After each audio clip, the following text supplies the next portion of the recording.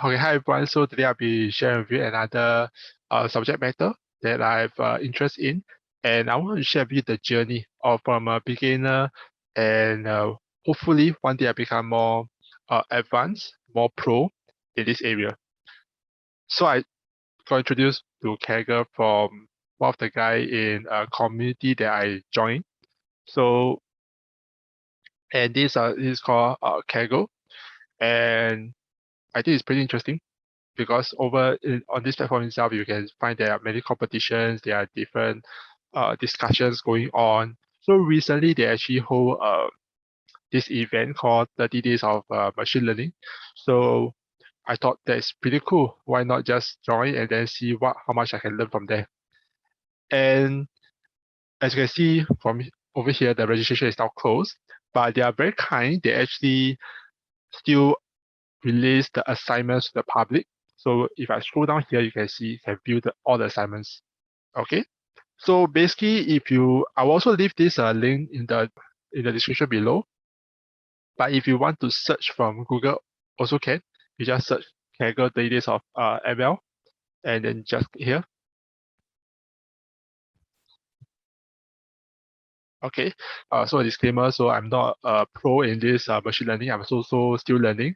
So I just want to say up front. So if I make any mistake, do pardon me, and we'll learn together.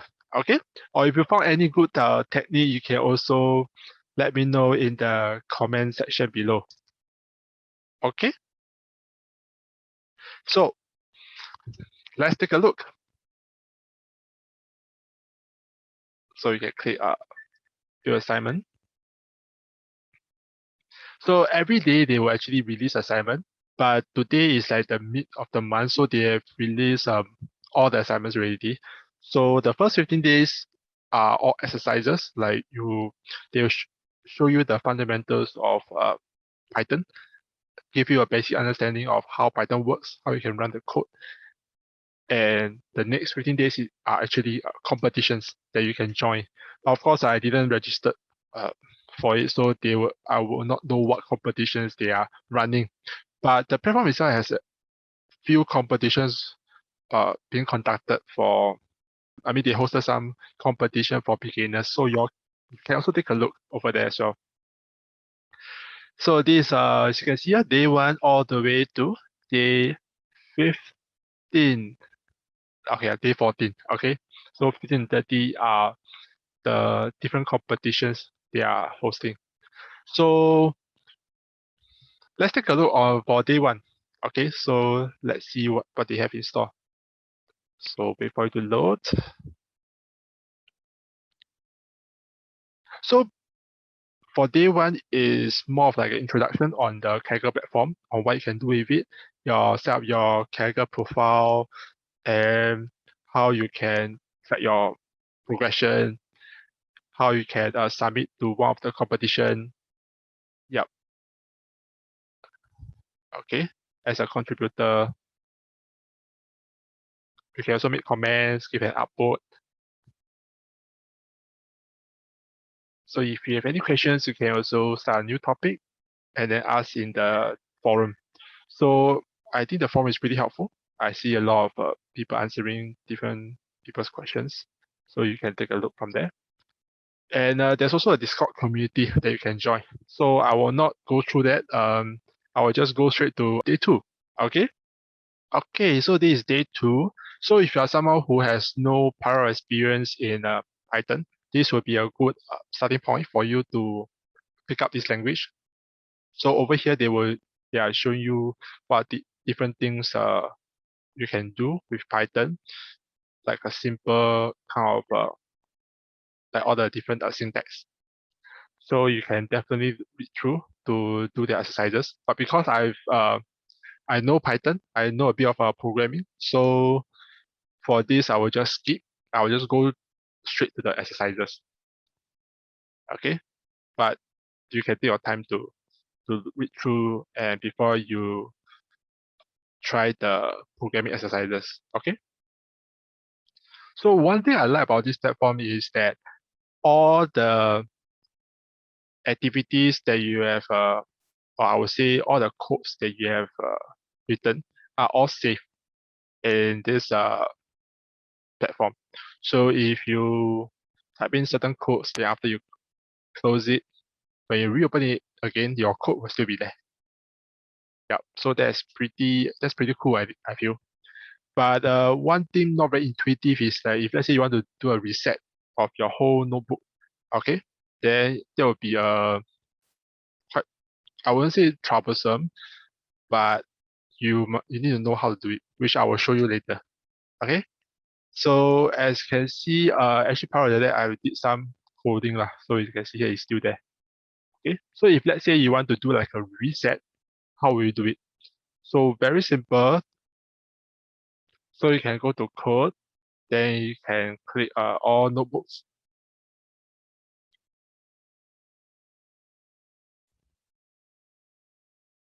Or you can click this, your work. So you can see here, these are some of the exercises that I have done before that. So I can just click, let's say for example, you know that, oh, okay, so this one I want to do a reset, you can just delete it. Yes, just click delete.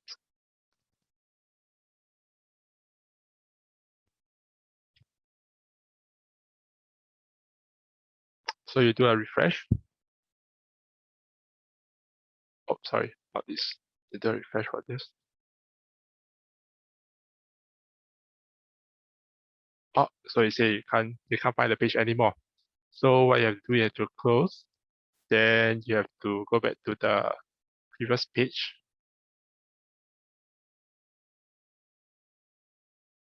Then you go all the way down.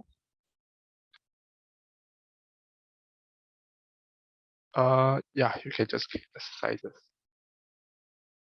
Start the exercise. Wait for it to load. So sometimes it can load quite slowly. Just have some patience. So as you can see here, all the codes are gone. Okay, so let's start from the beginning. So very interestingly, for this platform itself, you have to run certain code first before you can do all the exercises. So as you can see here, you need to click on this. You need to run this setup. There's also an instruction at the front. Yeah, see, there's an instruction for this. So you just run before it to load finish. So setup complete. You're ready to start question 0. So first is very simple. They just want you to create a variable and ask what is your favorite color. So I just create a variable and I put blue. And I just click run. See? Correct. Okay. The next. Oh, so they are also very nice. They also give you some hint and solution. So sometimes if you do not know the answer, you can actually check the hint and solution. Okay. And next, so complete the code below. This is a table of available arithmetic operations. So these are the different operators.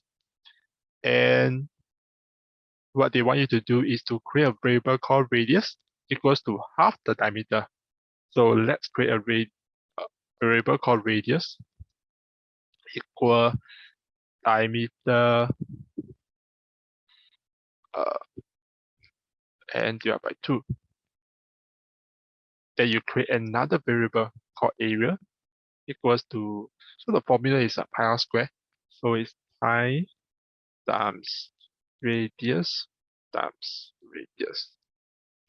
So if you're unclear which operator to use, you just refer to this, like addition, subtraction, multiplication, through division, all this. So you can actually check the answer. Okay, so it's correct. So let's move on. So add code to the following cell to swap variables A and B. So that A refers to the object previously referred to by B and vice versa.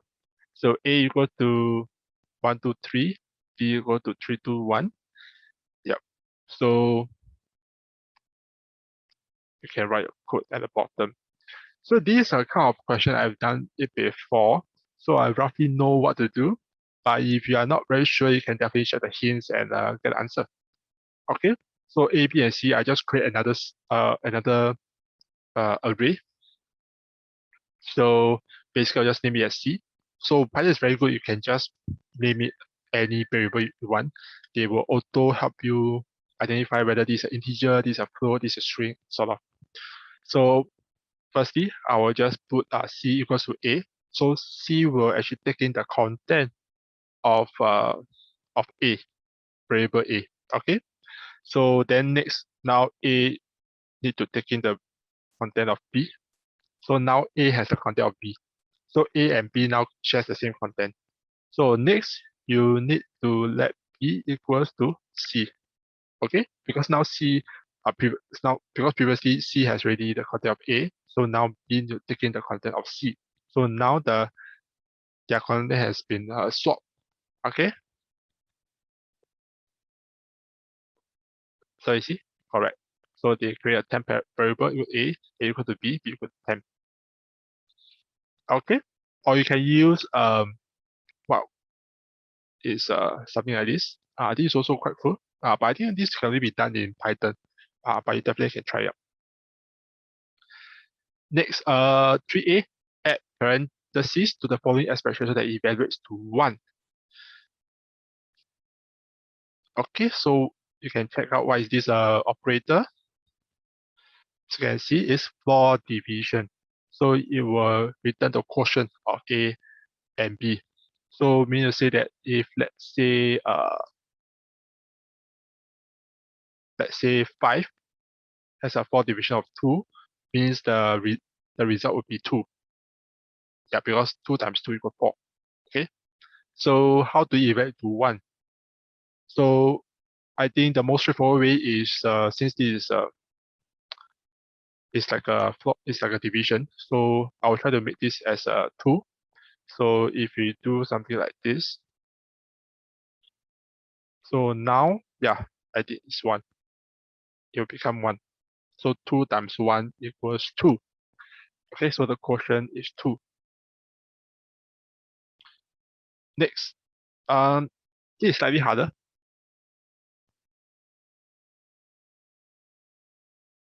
Question like this one, mark a spicy pepper are a bit harder. So add parentheses to the following expression so that it evaluates to 0. So what my first approach is actually to make this to become 8 because 8 minus 8 is 0, right? So but then I realized that it can't be done. I mean the closest I get is I think it's 7. Wait so it's 1 plus 1. So minus 1 plus 1 equals 0. 2 times 0 0. 3 also equal to 5. No, can't. Or minus 3 times 2 minus 6. Minus 6 minus 1 equal minus 7. Minus 7 plus 1 minus 6. It still equals to 2. So still not close to 0. And actually, to be honest, this one I stuck quite a while. So actually, I went to see the hints. Okay, but I think the thing is that how this was done is that they actually uh group this together and group this together. Okay, and I realized, actually that's a very good way. Means the other solution is that whatever times 0 becomes 0. So they actually turn this into a 0. So what you can do is minus 1 plus 1 equals 0. So 0 times 2 equals to 0. So then you have to add this as well. If you don't add the parentheses, it will actually do the multiplication first, which is not what you want. So you want to have 8 minus 3 equal to 5, then 5 times 0 equals to 0.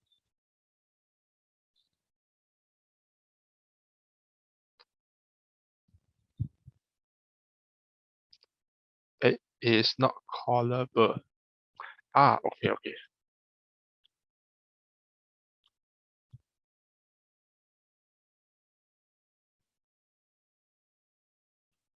So you can't really do that. So what you can do is this. And you do this. And 8 minus 3 equals to 5. Oops.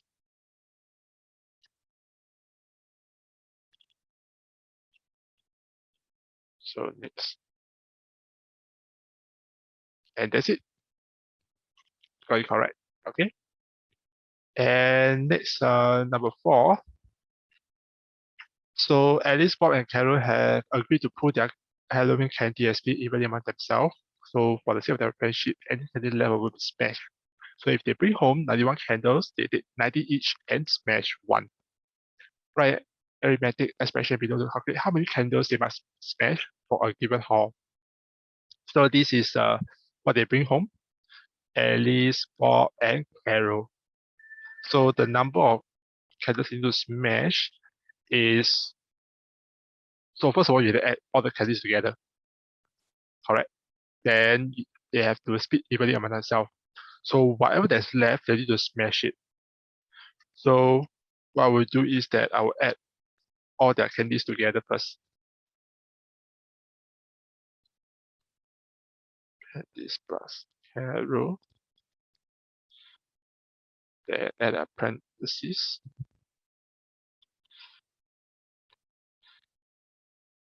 Then I will do something called modulus over 3.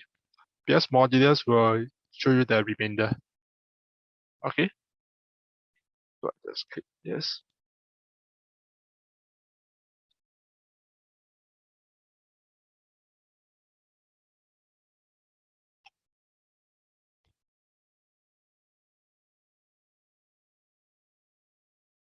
Not sure why is there error. So anyway, I did that again and I got it correct. Okay, so that's it for day 1. And I hope it has been fun for you because it's been fun for me. As a lot of these are recap. So I will see you in the next video where I talk about day 2. Okay, see you.